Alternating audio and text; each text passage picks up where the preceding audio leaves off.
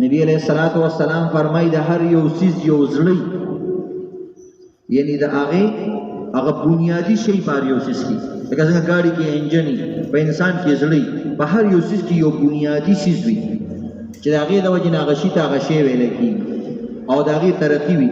نبی علیہ الصلوۃ والسلام وایي تاسو ته پته ده د قرآن زړه څه شی دی؟ وایي د قرآن زړه سورت یاسین دی. سوره یاسین وایي دا وایي چې کوم انسان دا د الله رضا دپاره او د آخرت د کور په غرض وایي چې مانه الله راضي شي او الله مې د آخرت کور ښه کړي. د آخرت کور مطلب قبر، حشر، جنت، دا ځای زما ښه شي، نو دا صورت وایي الله رب العزت به درته معافي وکړي او الله به هم ترې راضي شي او د آخرت کور به هم ښه شي. بیا انسان چې کله مري د مرګ سخته ډېره زیاته ده، اکثره خلک تپوس کوي جی دا سړی مري څه پې ووایو چې سړي ته دا ځنکدن اسان شي او د مرګ سخته پې اسانه شي. نبی علیہ السلام اقرؤوها علی موتاکم، دا صورت یاسین په خپلو مړو باندې وایي. دې سره حاجتونه پوره کېږي او دې سره د مړو هغه ساه او ځنکدن اسانېږي. نو یو وخت داسې چې ماشومانو ته اوس هم داسې دی، الحمدلله ډېرو کسانو ته سوره یاسین یاد دی. داسې ښځې شته چې قرآن په ناظره هم نه دی ویلی سوره یاسین وله ورځي، یو مینه محبت یې دی قرآن سره. داسې سړي شته چې قرآن په ناظره هم نه دی ویلی سوره یاسین وله ورځي، ځکه دا د قرآن زړه دی. مطلب دا دی که ته الله سره زړه لګول غواړې او عموما انسان الله خوشحالېږي چې د هغه زړه خوشحاله شي، نو اشاره د دې خبرې ده. الله که ما خوشحالول غواړئ نو زړه چې کوم دی دا د قرآن زړه او زما د کلام زړه سورت یاسین دی. نو سوره یاسین ویل پکار.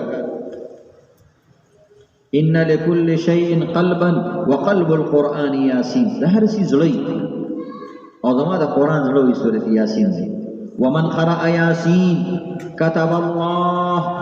كتب الله بقراءتها قراءة القرآن 10 مرات. وی کم انسان چې یو ځل سوره یاسین وایي الله به له د 10 قرآنونو برابر ثواب ورکړي، د 10 قرآنونو برابر ثواب. دا ترمذی شریف روایت. خو د دې مطلب دا نه دی چې یو انسان د دې فضیلت نه خبر شي چې سوره یاسین د 10 قرآنونو برابر دی او د ورځې 10 پیرې سوره یاسین وایي چې ما ته د ډېرو قرآنونو ثواب ملاویږي، خپل تلاوت نه کوي. نه دا د انعام خبرې دي.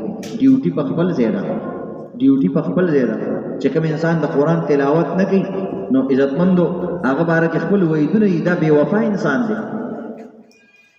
نو چې ته بې وفا یې بیا تا ته د انعام نه حاصلېږي، نو خپل تلاوت نه به علاوه دا کې زمون خلکو نه تاسو کې تلاوت کې وجي او سورۃ یاسین ویم، وې ماخام تلاوت کې وې او جی تبارک الذی ویم، نه وې تلاوت کې وجي دغه سورتونه ویم کنه، بس ټول عمر صرف سورۃ یاسین وایي. ټیک دی، یو انسان قرآن نه دی ویلی په ناظره یا نشي ویلی، نو که بیا سورۃ یاسین وایي څه خبره، تا خو ناظره قرآن ویلی دی او تا ولې نه دی ویلی؟ نو تا له پکار دی چې د قرآن تلاوت سره سره بیا دا وایي.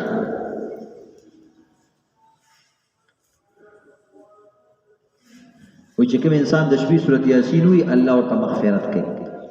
د دې وجې نه دې سره مینه کول. د قرآن د هر صورت د فضیلت د ځان خبرول پکاري. نو چې کله انسان هغه صورت وایي نو بیا وله خوند ورکوي. نن ولې قوم مسلمان په نحوست سره بې برکتۍ سره مخامخ دی چې کوم سیز او کوم کتاب چې هغه د دوی د ترقۍ او د هغوی د دوی د شرافت او د دوی د بلندۍ سبب دی، هغه کتاب ته دوی اشاره وړي. دیو جن حدیث پاک کې راځي نبی علیہ الصلوۃ والسلام وایي چې کله یو قوم له الله عزت ورکوي پسې ورکوي او یو قوم الله پست کوي او هغه تنزل شکار کوي نو پس باندې کېږي. د ترقۍ او د زوال نښه څه ده؟ د ترقۍ او د زوال سبب څه دی؟ ترقی او زوال پس باندې راځي. نبی علیہ الصلوۃ والسلام فرمایي چې دا قرآن، دا کتاب الله رب العزت پدی باندې قومونه اوچتای ويزع به آخرین او هم پدی باندې قومونه ذلیل کوي او پستی شکار کوي. نو د دې که انسان خپل ځان ترقی غواړي قرآن سره تعلق، د خپل کور ترقی غواړي قرآن سره تعلق، د خپل اداري تعلق غواړي قرآن سره تعلق، د خپل خار ترقی غواړي قرآن سره تعلق، که د خپل ملک ترقی غواړي قرآن سره تعلق، که پوره د عالم اسلام ترقی غواړي نو قرآن سره تعلق.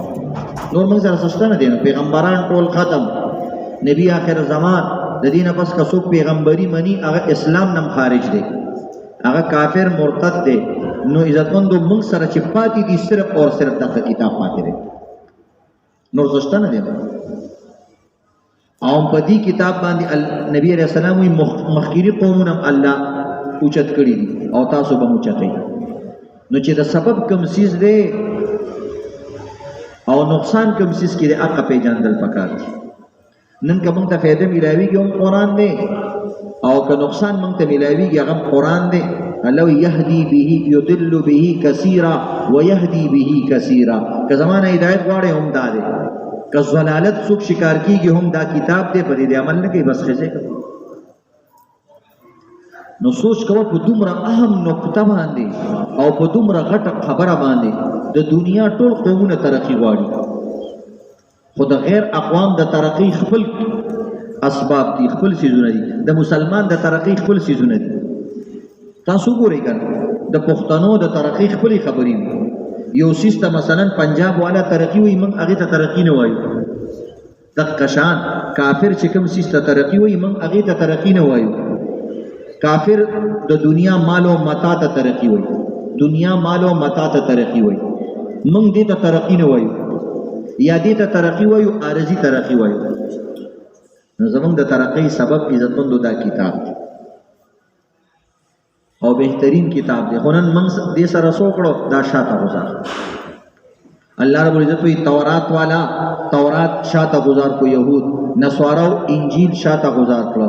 دا هغه قومون نیست او نابود شو، دا غوی نمونه ختم شو، دا غوی عملونه سټیټونه ختم شو. نو دا غرنګ عزتمندو اوس د مسلمانانو د زوال وجه هم خدا. د مسلمان ملک حکمران هغه تبارک الذی نه ورزي، د مسلمان ملک حکمران سوره یاسین ول نه ورزي، زه د مسلمان ملک حکمران الحمدلله نه ورزي. نو به څنګه کامیاب شي؟ د مسلمانانو د پاره د ترقی خپل سيزونه الله مقرر کړی دي چې هغه کینو کامیاب دي. دیو جن د قرآن د بعضو سورتونو فضیلتونه موږ تاسو ته بیان کړو او تاسو ته تیر جمعه د بعض سورتونو فضیلتونه بیان شو. نبی علیہ الصلوۃ والسلام فرمای